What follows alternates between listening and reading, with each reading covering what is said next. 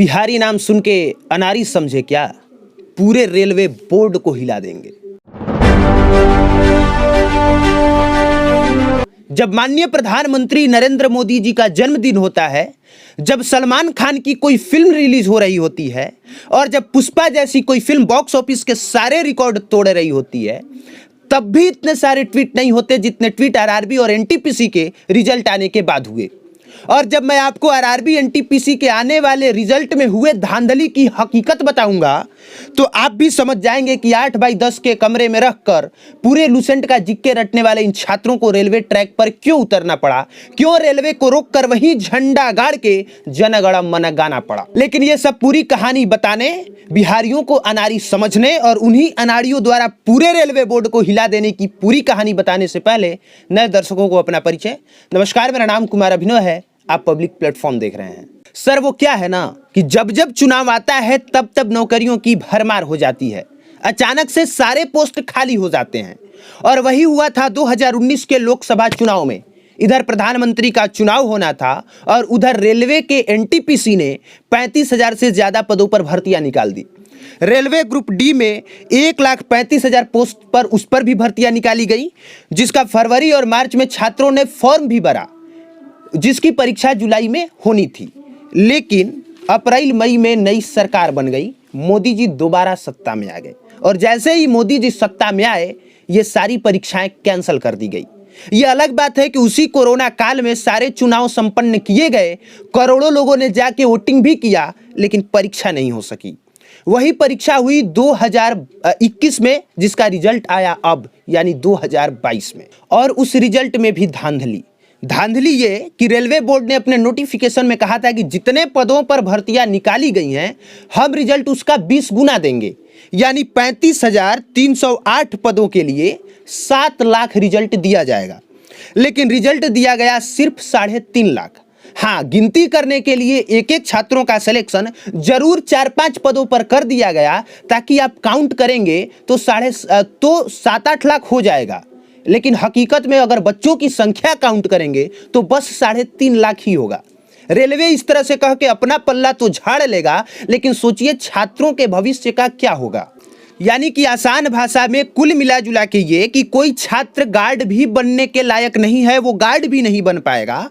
और कोई छात्र गार्ड भी बनेगा, टीटी भी बनेगा, स्टेशन मास्टर भी बनेगा, रेलवे के 4-5 पदों पर वो एक साथ काम कर लेगा, और कोई छात्र उनमें से किसी भी पद पर काम नहीं कर रहा होगा। ऊपर से कट ऑफ इतना ज्यादा, जैसे देख के ऐसा लगे कि वो रेलवे की नहीं, वो परीक्षा यूपीएससी लेवल की थी।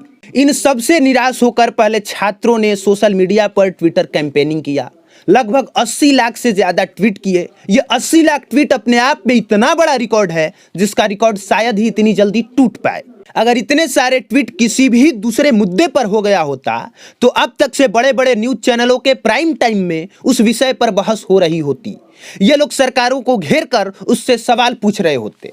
पर अफसोस कि यहाँ कोई यूपी में योगी आदित्यनाथ की सरकार बना रहा था, कोई गांव गलियों में घुसकर आप किसे वोट देंगे ये सवाल पूछ रहा था, कोई अखिलेश यादव का इंटरव्यू ले रहा था, तो कोई नेहा सिंह राठौर के पीछे अपनी दुम हिला रहा था। छात्र फिर भी चुप थे और धैर्य की रस्सी में खुद को बांधकर इस बात का इंतजार कर रहे थे कि कभी तो रेलवे को अपनी गलती का एहसास होगा और कभी तो उसके द्वारा चिल्लाहट को ये रेलवे सुन पाएगी। पर अफसोस कि ऐसा कुछ नहीं हुआ। ऊपर से रेलवे बोर्ड ने एक और नया नोटिफिकेशन निकाल दिया। वो नोटिफिकेशन ये था कि रेलवे ग्रुप डी की बच्चों की परीक्षाएं कुछ ही दिनों बाद ली जाने वाली थी, लेकिन रेलवे ने अचानक से अपने सिलेबस में परिवर्तन कर दिया और कहा कि जो इतने सालों से तुम लोग पढ़ाई पढ़ रहे थे, अब उसके सिलेबस में इस तरह का परिवर्तन हो जाएगा और अब आपको परीक्षाएं इस तरीके से दी जानी है। इसके बाद छात्रों का जो धैर्य था वो टूट गया और सब कुछ देखते हुए अचानक से जो ट्विटर कैंपेनिंग था वो सड़कों पर उतर गया। छात्रों ने अचानक से रेलवे ट्रैक को जाम कर दिया। कई जगह उपद्रव भी हुए, रेल की बोगियों में आग लगा दी गई, कई जगह रेल की पटरियों को उखाड़ दिया गया।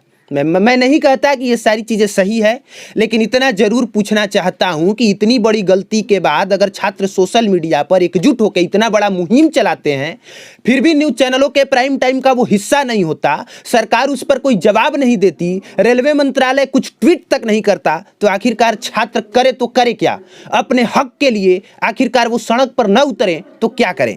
छात्रों के पास आपने विकल्प ही क्या छोड़ा है कि उनकी बात आप सुन सकें, समझ सकें और कुछ जवाब दे सकें? सर, आखिरकार छात्र ये कैसे बर्दाश्त कर सकते हैं कि उसी कोरोना में आप अपने सारे चुनाव कंडक्ट कराएं, करोड़ों लोग एक दिन जाके वोट भी डाल आए, लेकिन आप करोड़ों लोगों के बच्चों की परीक्षाएं नहीं ले सकते क्योंकि कोरोना है? छात्र ये कैसे बर्दाश्त कर सकते हैं कि अचानक से आप अपने नोटिफिकेशन के द्वारा जो वर्षों से पढ़ाई कर रहे थे उसमें परिवर्तन कर दें और फिर भी वो सड़कों पर ना उतरे? अगर इतना कुछ होने के बाद भी अगर आप ये सोच रहे थे कि छात्र चुपचाप हाथ पर हाथ धरे घर पर बैठे रहेंगे, बंद कमरे में लुसेंट का जी के रटते रहेंगे और इन सब कद्रदानियों के लिए अपने भाग्य को कोसते रहेंगे, तो शायद आप गलत थे। जिसके बाद जो हुआ, जो मंजर हुआ, वो सबने देखा। उस मंजर का मैं समर्थन नहीं कर रहा, लेकिन इतना जरूर पूछना चाहता हूं कि क्या किसान आंदोलन की तरह छात्र बैठकर वर्षों तक सड़कों पर अहिंसात्मक तरीके से अपनी मांग के लिए अड़े रहें? अगर वो इतने दिन तक इस तरह से करेंगे तो फिर वो पढ़ाई कब करेंगे? ये सरकार और रेलवे मंत्रालय को सोचना चाहिए। और जब छात्र ट्विटर पर कैंपेनिंग चलाएं तो उसे इतने हल्के में नहीं लेना चाहिए। ये तो बिल्कुल नहीं सोचना चाहिए कि ग्रुप डी की ही तो परीक्षा है, 30,000 सैलरी की ही तो बात है और फॉर्म भरने वाले ज़्यादातर लोग बिहार और उत्तर प्रदेश के ही तो हैं, वो क्या ही कर लेंगे? छात्रों ने जो किया वो बताने की ज़रूरत नहीं। आखिरकार आपको झुकना पड़ा, 5 सदस्यीय कमेटी का गठन करना पड़ा और यह कहना पड़ा कि आगे ली जाने वाली परीक्षा को फिलहाल रोक दी गई है। एक बार फिर से सब कुछ देखेंगे कि गलती कहां हुई है। सोचिए, अगर ये आपने पहले ही समझ लिया होता, सुन लिया होता, तो छात्र इस तरह से उपद्रवी नहीं होते। छात्रों ने उतर के रेलवे ट्रैक पर हंगामा नहीं किया होता और जब वो इतना कुछ नहीं करते तो आपकी इतने बड़े लेवल पे बदनामी भी नहीं होती। सर, मैं एक बार नहीं 1000 बार कहता हूं कि छात्र गलत थे, उन्हें इस तरह से हिंसात्मक रवैया नहीं अपनाना चाहिए था। लेकिन आप कब सही थे? क्या तब जब छात्र रेलवे ट्रैक पर उतरकर अपनी बात आपसे कुछ कहना चाहते थे, तब आपने उन पर लाठी और डंडे बरसाए?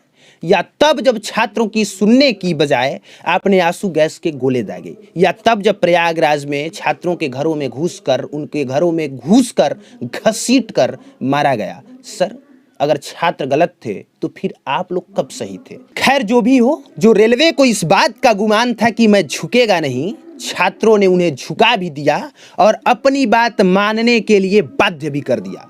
लेकिन आखिरी में छात्र एक बार फिर से जंग जीतते जीतते हार ही गए। हार इसलिए गए क्योंकि परीक्षा फिर से रोक दी गई है।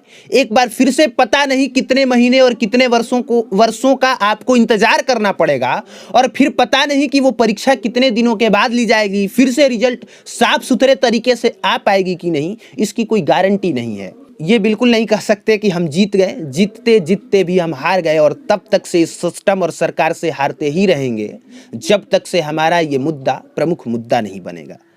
बाकी पब्लिक प्लेटफॉर्म देखने के लिए धन्यवाद।